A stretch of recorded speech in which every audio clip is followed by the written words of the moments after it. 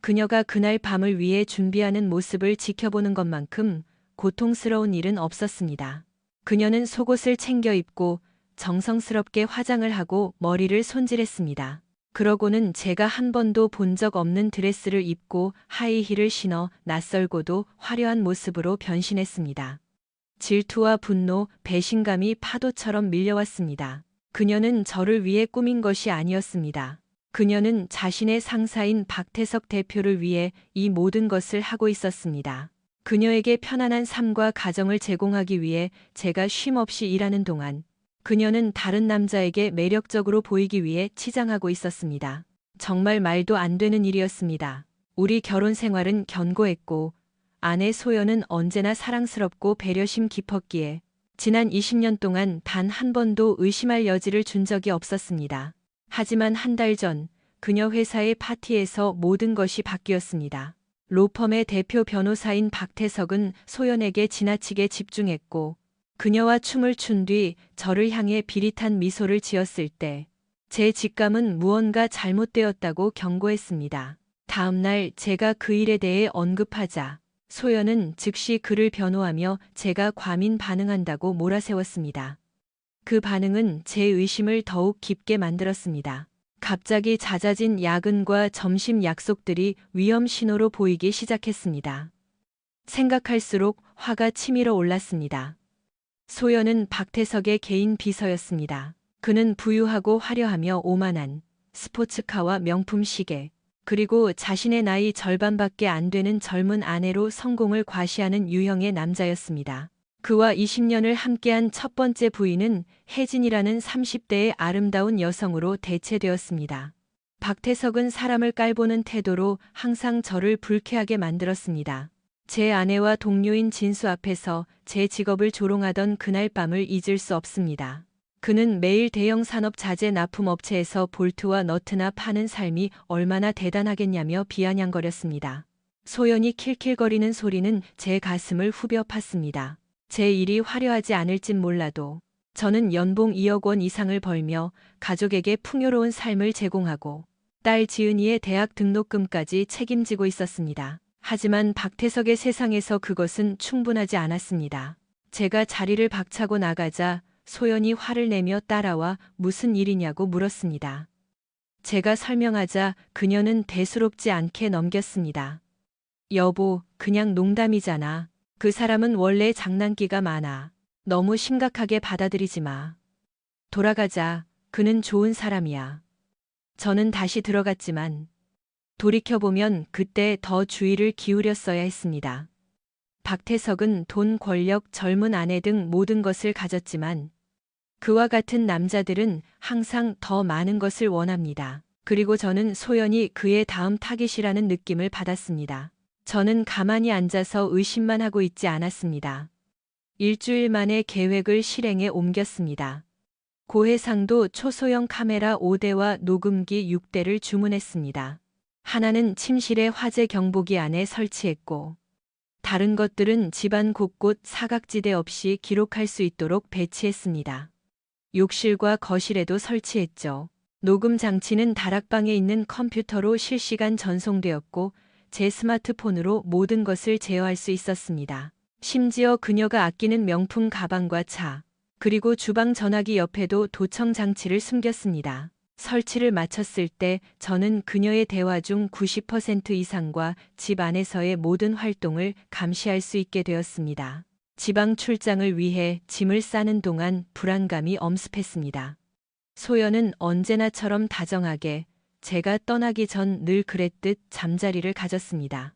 그녀는 저를 얼마나 사랑하는지, 얼마나 원했는지 속삭였지만 이번에는 그녀를 믿을 수 없었습니다. 그녀의 따스함과 애정은 언제나 제 삶의 지주였지만 당신을 정말 사랑해. 라고 속삭이는 그녀의 부드러운 목소리. 눈에 고인 눈물, 미소까지도 의심스러웠습니다. 당신은 정말 멋진 사람이야. 영원히 사랑할게. 그날 밤은 마법 같았고 우리 사이의 유대감은 너무나 깊고 현실적이어서 저는 제 의심이 터무니없는 것이라고 스스로를 설득할 뻔했습니다. 그녀가 저를 배신할 리 없다고 생각하며 계획을 취소할까도 고려했지만 다행히 그러지 않았습니다. 대신 모든 장비를 그대로 두고 2박 3일의 부산 출장길에 올랐습니다. 그녀에게 무슨 일이든 벌일 수 있는 충분한 시간을 주기 위해서였죠. 우리는 작별 키스를 했고 오후 6시쯤 저는 호텔로 향하는 고속도로를 3시간째 달리고 있었습니다. 운전하는 동안 제 마음은 지난 6개월을 되감기하며 상사와의 불쾌했던 2번의 만남 외에 다른 징후를 찾으려 애썼습니다. 나를 향한 비웃음, 모욕, 바뀐 것은 없었습니다. 제가 피해망상일지도 모른다는 생각에 헛웃음이 나왔습니다. 호텔에 도착해 체크인을 하고 킹사이즈 침대에 누워 노트북을 켰습니다. 업무 메일을 확인한 뒤 감시 카메라 피드와 연결된 링크를 클릭했습니다. 별일 없을 거라 생각하며 지난 3시간 분량을 빠르게 돌려보던 중 소연이 침실에 나타났을 때 영상을 멈췄습니다. 재생 속도를 정상으로 늦추고 침대에 누워 통화하는 그녀를 지켜보았습니다. 처음에는 그저 그녀를 감상하고 있었지만 곧 상상조차 하지 못했던 대화가 들려왔습니다. 자기야, 그 사람 갔어. 집이 완전히 비었어. 응, 이번엔 이틀 밤이야. 언제 올 수 있어? 와이프가 눈치 안 채? 세상에, 완벽하네. 자고 갈 거야? 당신 옆에서 눈 뜨고 싶어. 당연하지, 난 당신 거야. 몇 시? 알았어, 곧 봐. 사랑해, 자기. 저는 얼어붙었습니다.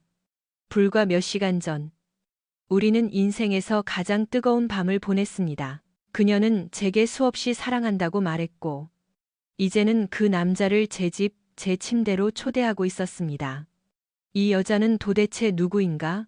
어떻게 나를 그렇게 사랑하면서 동시에 이렇게 쉽게 배신할 수 있을까? 그가 정말 올까? 오래 궁금해할 필요도 없었습니다. 다음 1시간 동안 저는 소연이 그를 위해 준비하는 과정을 지켜보았습니다. 샤워를 하고 저에게는 한 번도 보여준 적 없는 도발적인 속옷을 입고 머리와 화장을 완벽하게 세팅한 뒤 하이힐까지 신었습니다. 모든 과정을 지켜보는 것은 고통스러우면서도 눈을 뗄 수 없었습니다. 그녀가 섹시하다는 건 알았지만 다른 남자를 위해 닿을 수 없는 매혹적인 모습으로 변신하는 것을 보는 건 제 가슴을 찢어 놓았습니다. 혹시 내가 오해한 건 아닐까? 그가 오지 않을 수도 있지 않을까? 하는 마지막 희망은 초인종 소리와 함께 산산조각 났습니다. 소연이 문을 열자 그곳엔 세상을 다 가진 듯 비릿한 미소를 짓고 있는 박태석이 서 있었습니다. 그가 그녀를 끌어당겨 깊게 키스하는 장면이 카메라에 고스란히 담겼습니다. 속이 뒤틀려 화장실로 달려가 구토를 했습니다. 와, 자기야. 박태석이 그녀의 몸을 훑으며 말했습니다. 정말 끝내주는데. 당장 그 드레스를 벗기고 밤새 당신과 함께하고 싶어. 그의 말에 피가 거꾸로 솟았지만 진짜 고통은 소연이 그의 손을 잡고 우리 부부의 침실로 이끄는 순간 찾아왔습니다. 저는 멍하니 앉아 그녀가 그의 옷을 벗기고 여자들이 좋아할 만한 그의 탄탄한 몸이 드러나는 것을 지켜보아야 했습니다. 분노, 질투, 불신이 뒤섞인 역겨운 감정이 치솟았습니다. 인정하기 싫지만 그는 외적으로 잘난 놈이었습니다. 속이 메스꺼워 다시 구역질이 올라오는 것을 간신히 참으며 화면으로 눈을 돌렸습니다. 보지 말아야지, 꺼야지 하면서도 그럴 수 없었습니다. 다음 1시간 동안 저는 그들의 신음, 속삭임, 배신의 행위를 견뎌냈습니다. 그리고 대화가 이어졌습니다. 서로의 품에 안긴 채 박태석이 먼저 입을 열었습니다. 그래서 그 사람 진짜 이틀 동안 안 오는 거야? 소연이 만족스러운 한숨을 쉬었습니다. 응, 온전히 내 차지야. 사랑해. 오랫동안 당신 옆에서 깨어나고 싶었어. 당신이랑 있는 게 좋아, 소연아. 그녀가 미소 지었습니다. 나도 당신이랑 있는 게 좋아, 태석 씨. 그가 낄낄거렸습니다. 남편이 뼈 빠지게 일하는 동안 당신을 이렇게 안을 수 있다니 참 멍청한 놈이야. 그녀가 장난스럽게 그를 쳤습니다. 말 조심해, 태석 씨. 그는 좋은 사람이고 난 그를 사랑해. 그럼 왜 나랑 여기 있는 건데? 소연은 대답하기 전 망설였습니다. 왜냐면 당신은 내가 만난 남자 중 가장 섹시하고 당신과의 잠자리는 믿을 수 없을 정도니까. 하지만 우리 둘 다 지켜야 할 가정이 있잖아. 이게 합리적이야. 합리적이지. 게다가 당신은 내 와이프나 내가 만났던 어떤 여자보다 더 많은 열정을 줘. 나한테 이건 단순한 잠자리가 아니야. 당신이 날 느끼게 해주는 방식이 좋아. 소연아. 그 말들이 가장 깊이 박혔습니다.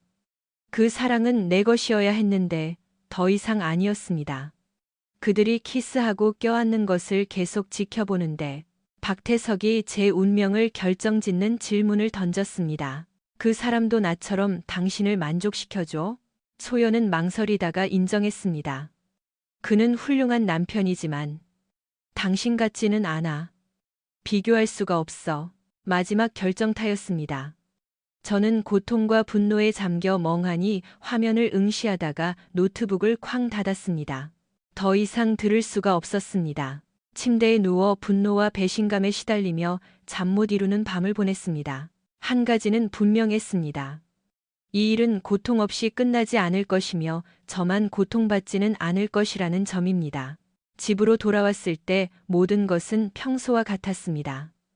사랑, 따뜻함, 익숙함. 마치 아무 일도 없었던 것처럼요. 소연은 두 팔 벌려 저를 맞이했고 키스와 애정을 쏟았습니다. 표면 아래 숨겨진 어두운 비밀 따위는 없는 것처럼 완벽하게 연기했습니다. 하지만 제게는 모든 것이 변해 있었습니다. 사랑 대신 혐오감만이 느껴졌습니다. 그녀의 손길에 소름이 돋았고 키스의 속으로 몸서리쳤습니다. 하지만 저 역시 완벽하게 제 역할을 해냈습니다. 아무 잘못도 없는 것처럼요. 저는 수집한 모든 영상과 음성 파일을 클라우드에 백업하고 암호화된 파일로 컴퓨터에 잠가두었습니다. 다음 2주 동안 저는 소연을 쉴 새 없이 바쁘게 만들었습니다. 그녀의 시간을 독점하여 미래를 즐기거나 비밀 만남을 가질 틈을 주지 않았습니다. 저는 우리 일정을 완벽하게 통제했고 그녀는 숨 쉴 틈조차 없었습니다. 결국 그녀의 좌절감이 눈에 보이기 시작했습니다. 그러던 어느 날 아침, 그녀가 출근길에 통화하는 내용을 엿들었습니다. 그 사람 언제 또 출장 가? 몰라, 하지만 알아볼게. 그녀가 대답했습니다. 곧 갈 거야, 자기야. 확인이 필요했던 건 그게 전부였습니다. 저는 또 다른 출장을 계획했습니다. 그가 미끼를 무는지 확인하기 위한 짧은 여행이었죠. 그날 저녁 소파에 앉아 영화를 보던 중 소연이 무심한 듯 물었습니다. 여보, 다음 출장은 언제야? 피가 끓었지만 저는 미소를 지으며 농담조로 대답했습니다. 왜? 나를 떼어내려고? 내가 없을 때 비밀 애인이라도 부르려는 건 아니지? 그녀는 눈 하나 깜짝하지 않았습니다. 말도 안 되는 소리. 당신이 집에 있는 게 좋아. 그냥 당신이 또 일찍 떠나지 않았으면 해서 그래. 미안해, 여보. 근데 일이 좀 있어서. 사실 다음 주 화요일에 1박 2일로 회의가 잡혔어. 수요일쯤 돌아올 거야. 그녀는 실망한 척 한숨을 쉬었습니다. 당신 없는 거 싫어. 출장 가면 너무 보고 싶단 말이야. 그러고는 제 품에 안겨 깊게 키스했습니다. 다른 남자에게 주었던 것과 똑같은 사랑을 담아서요. 그녀를 밀어내지 않으려면 온 힘을 다해야 했습니다. 대신 저는 곧 제 계획이 실행될 것을 알기에 함께 연기했습니다. 화요일이 되었고 저는 짐을 챙겨 소연과 작별 키스를 했습니다. 마지막 밤, 우리는 마지막으로 친밀한 시간을 보냈습니다. 그녀는 평소처럼 키스했지만 이번에는 제 눈에 담긴 슬픔을 눈치챘는지 궁금했습니다. 아주 잠깐 그녀의 표정이 변했지만 그녀는 아무 말도 하지 않았습니다. 저는 부산으로 가는 대신 사무실로 차를 몰고 갔습니다. 제가 야근하는 건 드문 일이 아니었기에 아무도 의심하지 않았습니다. 저녁 7시 30분. 제 책상에서 감시 카메라 알림이 울렸습니다. 박태석이 도착했습니다. 그는 제 집에 제 집처럼 들어와 제 아내를 품에 안고 저에게만 허락되어야 할 친밀함으로 키스했습니다. 쇼타임이었습니다. 저는 영상 피드를 끄고 핸드폰을 서랍에 넣었습니다. GPS도 디지털 흔적도 남기지 않기 위해서였죠. 사무실을 조용히 빠져나와 트렁크에서 접이식 전기 자전거를 꺼냈습니다. 시속 50km까지 달릴 수 있는 조용하고 효율적인 이동 수단이었습니다. 후드를 뒤집어 쓰고 주변을 살핀 뒤 들키지 않게 어둠 속으로 페달을 밟았습니다. 20분 만에 집에 도착해 뒷마당으로 몰래 들어갔습니다. 미닫이 문은 잠그지 않은 상태였습니다. 안으로 들어서자 심장이 쿵쿵거렸습니다. 위층에서 들려오는 소리에 귀를 기울였습니다. 그들의 소리가 들렸습니다. 저는 벽장에 숨겨둔 알루미늄 야구 방망이를 꺼내고 침실 밖에 숨겨두었던 개조된 엽총을 집어들었습니다. 야구 방망이를 꽉 쥐고 문으로 살금살금 다가갔습니다. 그들은 쾌락에 너무 심취해 있어 제 존재를 전혀 눈치채지 못했습니다. 흔들리는 촛불이 방 안을 은은하게 비추고 있었습니다. 제가 안으로 들어섰을 때도 소연은 아무것도 느끼지 못했고 박태석은 제가 다가오는 것을 보지 못했습니다. 방망이가 둔탁한 소리를 내며 박태석을 강타했고 그는 균형을 잃고 바닥으로 굴러떨어졌습니다. 저는 옆에 두었던 총을 집어들고 불을 켰습니다. 소연은 숨을 헐떡이며 충격으로 눈이 휘둥그레졌고 뒤로 물러나며 온몸이 공포로 굳어버렸습니다. 오 하느님. 안 돼, 말도 안 돼. 당신 왜 여기 있어? 당신 같잖아. 저는 그녀를 차갑게 노려보며 통제된 목소리로 말했습니다. 진짜 질문은 이거지. 왜 내 침대에 다른 놈이 있는 거야? 박태석은 여전히 멍한 상태로 맞은 머리를 감싸쥐고 신음하며 벽에 기대어 일어났습니다. 상황을 파악하며 그의 얼굴이 혼란해서 공포로 일그러졌습니다. 아, 젠장. 너무 아파. 그가 중얼거렸습니다. 당신 미쳤어? 정말 그걸 물어봐야겠냐? 제가 소리쳤습니다.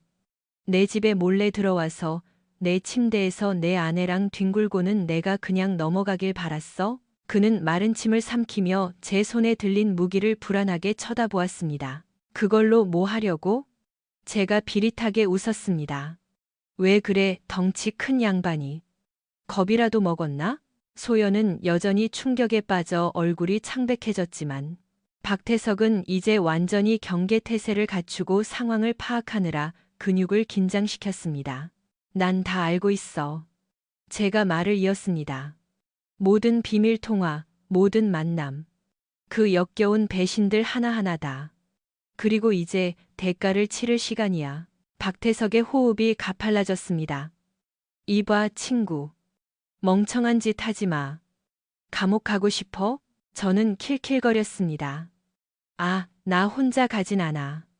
내가 무너지면 우리 모두 같이 무너지는 거야. 어때? 그의 눈에 서린 두려움이 묘하게 만족스러웠습니다. 소연이 흐느끼며 침대 시트로 몸을 가리려고 애썼습니다. 제발 아무 짓도 하지 마. 그녀가 필사적으로 애원했습니다. 사랑해. 맹세코 사랑해.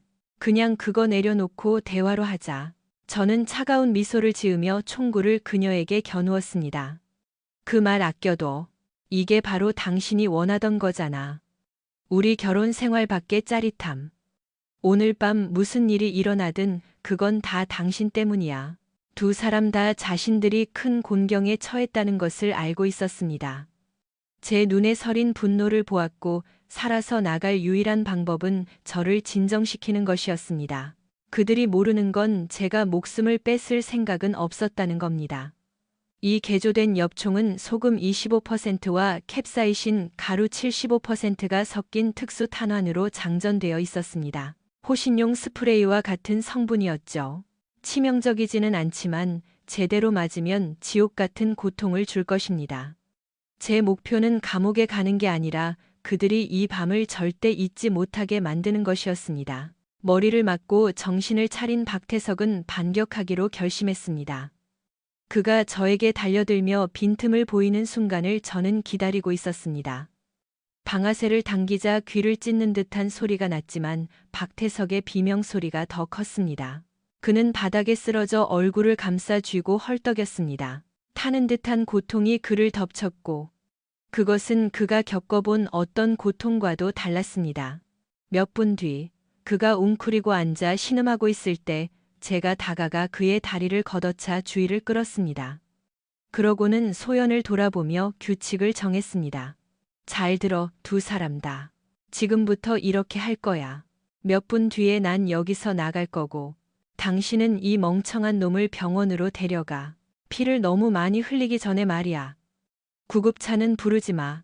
직접 운전해서 데려가. 의사가 무슨 일이냐고 물으면 모른다고 해. 강도라고 하든 알아서 꾸며내. 하지만 어떤 경우에도 내 이름은 꺼내지 마. 만약 두 사람 중 누구라도 나를 이 일에 끌어들이려고 하면 내가 모은 모든 증거, 비디오, 사진, 녹음 파일과 내 와이프 혜진 씨와 로펌 파트너들에게 바로 전송될 거야. 게다가 나는 웹사이트를 하나 만들어뒀어. 너희들의 더러운 불륜 행각 이 시간 분량이 전 세계에 공개될 거야. 무슨 변명을 하든 상관없어. 내 이름만 안 나오면 돼. 그리고 하나 더. 박태석, 소연이 해고하지 마. 이혼 소송 끝나면 그녀는 그 월급이 필요할 테니까. 만약 둘 중 누구라도 나를 쫓거나 소연이가 이혼 조건에 동의하지 않으면 모든 게 공개될 거야. 알겠어? 두 사람 다 침묵했습니다. 눈물범벅이 된 소연은 창백해졌고 박태석은 고통 때문에 숨도 제대로 못 쉬고 있었습니다. 좋아. 이제 병원으로 데려가. 저는 들어왔던 그대로 밖으로 나가 문을 다시 잠갔습니다. 엽총과 야구 방망이를 어깨에 맨 가방에 넣고 어둠 속으로 조용히 사라졌습니다. 강변에 도착해 자전거를 타고 가면서 방망이와 총을 서로 다른 구역에 던져버리고 끼고 있던 수술용 장갑도 버렸습니다. 사무실로 돌아와 자전거를 차에 싣고 책상에서 업무를 계속했습니다. 밤 9시 야근하던 IT 직원 몇 명에게 인사를 하고 퇴근했습니다. 남들이 보기엔 제 차는 주차장을 떠난 적이 없었습니다. 누군가 저를 의심하더라도 증거 없이 제 말에 반박할 수는 없을 겁니다. 박태석은 수술을 받았습니다. 의사는 18cm나 찢어진 상처를 꿰매기 위해 그의 머리를 밀어야 했고 뇌진탕 진단도 받았습니다. 그의 공식 진술은 서류 검토를 위해 소연을 집에 데려다 주다가 누군가에게 습격당해 병원에서 깼다는 것이었습니다. 그는 범인을 본 적도 없고 무슨 일이 있었는지 모른다고 주장했습니다. 그는 진실을 말하면 잃을 게 너무 많다는 걸 알고 있었습니다. 소연 역시 신문에서 입을 다물었습니다. 그녀는 쿵 소리를 듣고 나가보니 박태석이 쓰러져 있었고 구급차를 기다리기엔 늦을 것 같아 직접 병원으로 옮겼다고만 진술했습니다. 왜 그가 옷을 벗고 있었는지는 설명하지 못했지만 그들은 그 이야기를 고수했습니다. 불행히도 박태석의 아내 혜진은 그 말을 믿지 않았고 곧 그의 개인적인 문제는 저보다 훨씬 더 커지게 되었습니다. 다음 날 오후 저는 집안의 모든 카메라와 도청 장치를 제거했습니다. 모든 데이터는 안전한 암호화 클라우드에 업로드되었고 장비는 파기되었습니다. 그들의 불륜에 대한 증거는 그들의 손이 닿지 않는 곳에 안전하게 보관되었습니다. 오후 6시 소연이 집에 들어와 거실에 앉아 있는 저를 보았습니다. 제 앞에는 위스키 한 병이 놓여 있었습니다. 그녀는 지치고 망가진 모습이었습니다. 전에는 본 적 없는 모습이라 순간 연민이 느껴질 뻔했습니다. 그녀가 입을 열었습니다. 민준 씨, 당신이 본 게 끔찍해 보였겠지만 이해해줘야 해. 난 그를 사랑하지 않아. 그녀의 목소리는 떨렸고 눈빛은 애원하고 있었습니다. 어떻게 보였을지 알아. 내가 한 말이 당신에게 상처가 됐겠지만 알잖아. 잠자리 후에 난 정서적 교감을 원해. 내가 했던 말들, 그거 진심 아니야. 내 진심은 당신뿐이야. 그녀의 눈에 눈물이 차올랐습니다. 당신이 출장 갈 때마다 혼자 있는 게 너무 싫었어. 태석 씨는 그냥 곁에 있어 준 거야. 그러다 육체적인 관계가 됐지만 사랑은 아니었어. 그냥 친밀감 때문이었어. 제발 민준 씨, 날 믿어줘. 저는 멍하니 앉아 그녀 입에서 쏟아져 나오는 변명들을 믿을 수 없었습니다. 어떻게 자신의 행동을 저렇게 정당화할 수 있는지 머릿속이 복잡했습니다.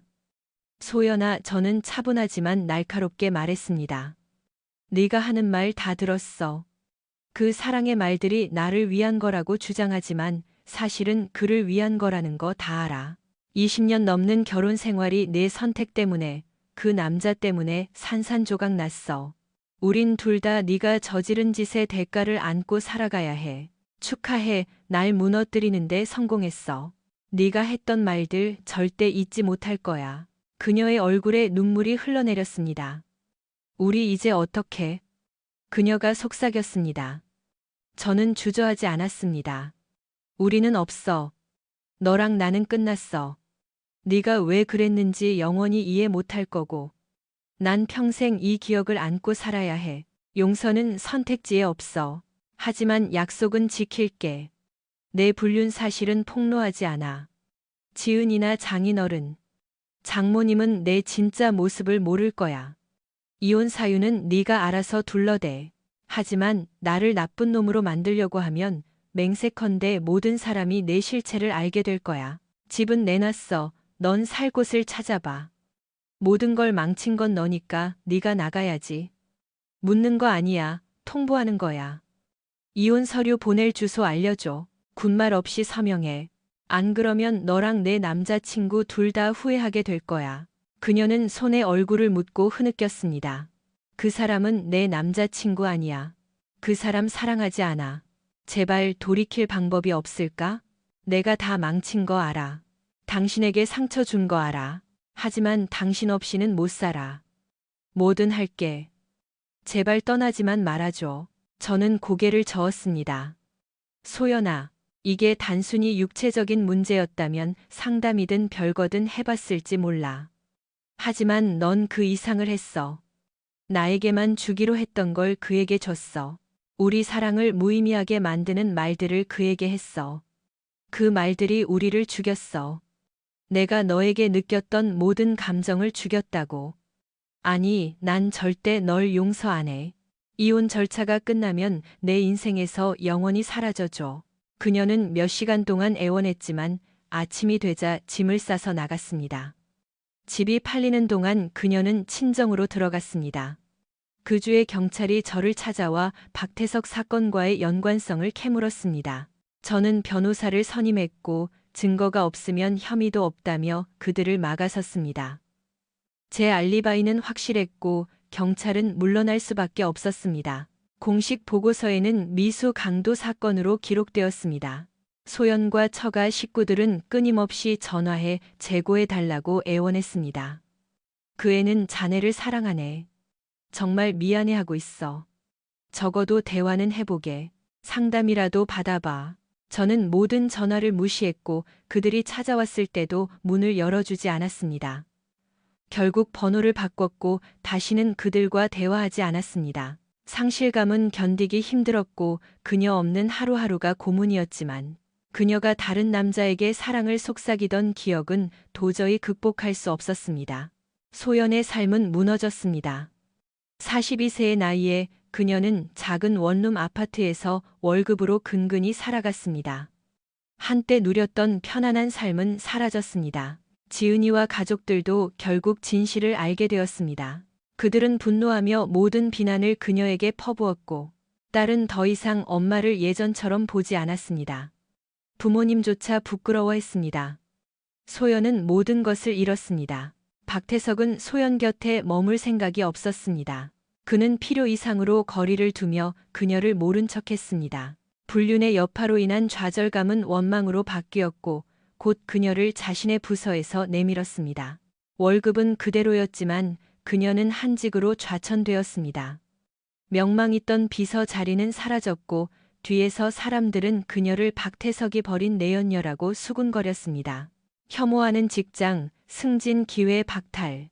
남편도 친구도 가족도 없는 고립된 삶 속에서 소연은 우울증에 빠졌습니다. 그녀는 매일 밤 울다가 잠들었고 후회가 그림자처럼 따라다녔습니다.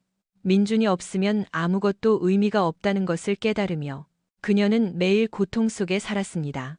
지은이가 엄마를 도우려 했지만 이미 망가진 뒤였습니다. 소연은 점점 말라갔고 거의 먹지도 마시지도 않았습니다. 지은이 절박한 마음에 제게 조언을 구했지만 저는 소연을 절대 용서하지 않을 것이며 다시는 대화하지 않겠다고 못 박았습니다. 박태석의 세상도 낫지 않았습니다. 아내 혜진은 용서하고 있는 성격이 아니었습니다. 그녀는 그의 삶을 생지옥으로 만들었습니다. 그는 손님방으로 쫓겨났고 끊임없이 모욕당하며 자신의 실수를 상기해야 했습니다.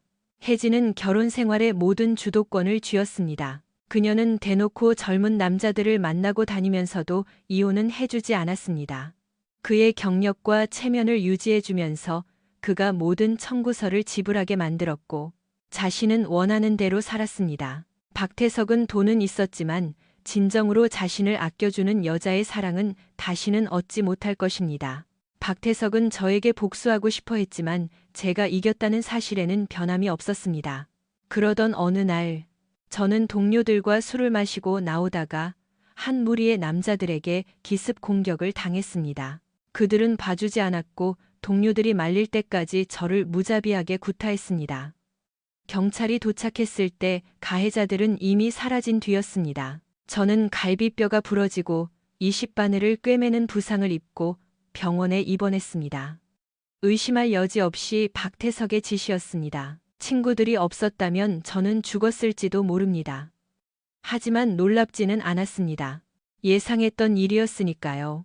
6주 후 움직일 만해지자 저는 그의 사무실로 전화했습니다. 박태석 대표님 계십니까? 비서에게 물었습니다. 회의 중이십니다. 메모 남겨드릴까요? 네, 이번 주 금요일 오후 1시에 길 건너편 프렌치 델리에서 보자고 전해주세요. 죄송하지만 대표님 일정은 제가 잡을 수 없는데요. 그냥 금요일 1시 프렌치 델리라고 적으세요. 그리고 민준이 보자고 했다고 전하세요. 그럼 무슨 뜻인지 알 겁니다. 저는 금요일 1시 입구 맞은편 구석 테이블에 앉아 있었습니다. 그가 들어왔을 때 저를 발견하고는 표정이 어두워졌습니다. 망설이다가 다가와 의자를 거칠게 빼내 앉으며 노려보았습니다. 원하는 게 뭐야? 그의 적대감을 무시하고 몸을 앞으로 숙였습니다. 와줘서 기쁘군. 깡패들 솜씨가 좋던데. 불행히도 마무리를 못했지만 내가 보복하지 말라고 경고했잖아. 그런데 당신이 놓지를 못해서 우리가 여기 다시 모인 거야. 이제 내가 행동할 차례지. 저는 접힌 종이 한 장을 테이블 위로 밀었습니다. 이건 내가 만든 작은 웹사이트 링크야. 내리려고 애쓰지 마. 해외 서버의 위치를 알 수 없는 백업 서버가 3군데나 있으니까. 삭제할 방법은 없어. 박태석은 종이를 펴보더니 인상을 찌푸렸습니다. 사무실로 돌아가면 제가 계속했습니다. 당신이 출연한 2시간짜리 고화질 영상을 볼 수 있을 거야. 걱정 마. 소연이 얼굴은 모자이크 처리했어. 그녀는 당신 때문에 이미 충분히 잃었으니까. 이건 당신 죄에 대한 거야. 그의 주먹이 꽉 쥐어졌습니다. 넌 내 인생을 망쳤어. 그가 소리쳤습니다. 다시는 안 그래. 제발 그만해. 날 너무 몰아붙이지 마. 그래서 만난 거야, 박태석 씨. 제가 차분하게 말했습니다. 이걸 끝내려고. 당신은 내 인생에서 가장 소중한 사람을 뺏어갔어. 20년 결혼 생활을 파탄냈고 내가 떠난 뒤에도 나를 공격했어. 이제 내 차례야. 그의 어깨가 굳어졌습니다. 원하는 게 뭐야? 2가지. 협상은 없어. 첫째, 나랑 내 가족. 그리고 소연이에 대한 모든 복수를 멈춰. 장난질도 공격도 간섭도 더 이상 안 돼. 둘째, 오늘 밤 9시까지 이 계좌로 13억 원을 입금해. 내가 당신을 상대로 낼 수 있는 소송에 대한 합당한 합의금이라고 생각해. 법원에서 털어낼 수 있는 것에 비하면 아주 적은 액수라는 거 알잖아. 그가 거칠게 숨을 내쉬었습니다. 내가 동의하면 네가 그 영상을 공개하지 않을 거란 보장이 어디 있어? 저는 그를 뚫어지게 쳐다보았습니다. 날 못 믿겠지만 이건 약속할게. 입금 안 하면 토요일 아침에 그 사이트가 활성화될 거야. 당신 회사, 와이프, 자식들, 모든 고객이 당신의 그 작은 홈비디오를 보게 될 거야. 당신은 내 행복을 끝장냈어, 태석. 만약 거절하면 당신 남은 인생을 지옥으로 만들어 줄게. 거래는 성사되었습니다. 돈은 입금되었고 집은 팔렸으며 재산 분할도 끝났습니다. 소연은 일하고 새 사람을 찾기만 한다면 편안하게 살 수 있을 만큼의 몫을 챙겼습니다. 그녀는 직장을 계속 다녔는데 그건 제가 박태석과 맺은 합의의 일부였습니다. 하지만 그는 다시는 그녀를 예전처럼 대하지 않았습니다. 그녀의 삶은 회복되지 않았습니다. 소연은 재혼하지 않았고 데이트도 거의 하지 않았습니다. 후회가 그림자처럼 그녀를 따라다녔습니다. 그녀는 영원히 자기 것이라 믿었던 남자를 잃었고 그 깨달음의 무게는 평생 그녀를 짓눌렀습니다. 세월이 흐르면서 우울증이 그녀를 집어삼켰습니다. 그녀는 고립되었고 제가 사랑했던 활기찬 여인은 껍데기만 남았습니다. 50세가 가까워질 무렵 그녀의 건강은 급격히 나빠졌고 그녀가 세상을 떠났을 때 유해를 뿌려줄 사람은 딸 지은이 뿐이었습니다. 저는 몇 년 더 일하다가 은퇴하여 바닷가 조용한 마을로 내려갔습니다. 저를 웃게 해주는 다정한 여성을 만나 재혼했습니다. 정서적으로나 육체적으로 잘 맞는 사람이었습니다. 그녀는 저에게 잘해줬지만 저는 예전과 같은 감정을 다시는 느끼지 못했습니다. 인생에 단 한 번뿐인 사랑. 소연이 바로 그 사랑이었고 그녀는 그것을 파괴했습니다. 지은이와 저는 여전히 가깝게 지냅니다. 그녀는 제가 과거와 맺고 있는 유일한 연결고리입니다. 우리는 매일 통화하지만 그녀는 엄마 이야기를 거의 하지 않습니다. 상처가 완전히 아물지 않았다는 걸 알기 때문이죠. 소연이 죽었다는 소식을 들었을 때 저는 예상치 못한 슬픔과 안도감을 동시에 느꼈습니다. 그녀의 죽음은 오래전 묻어두었던 무언가의 끝, 제가 너무 오랫동안 안고 살았던 고통의 끝을 의미했습니다. 한때 사랑했던 여인을 애도했지만 마침내 저는 자유를 느꼈습니다.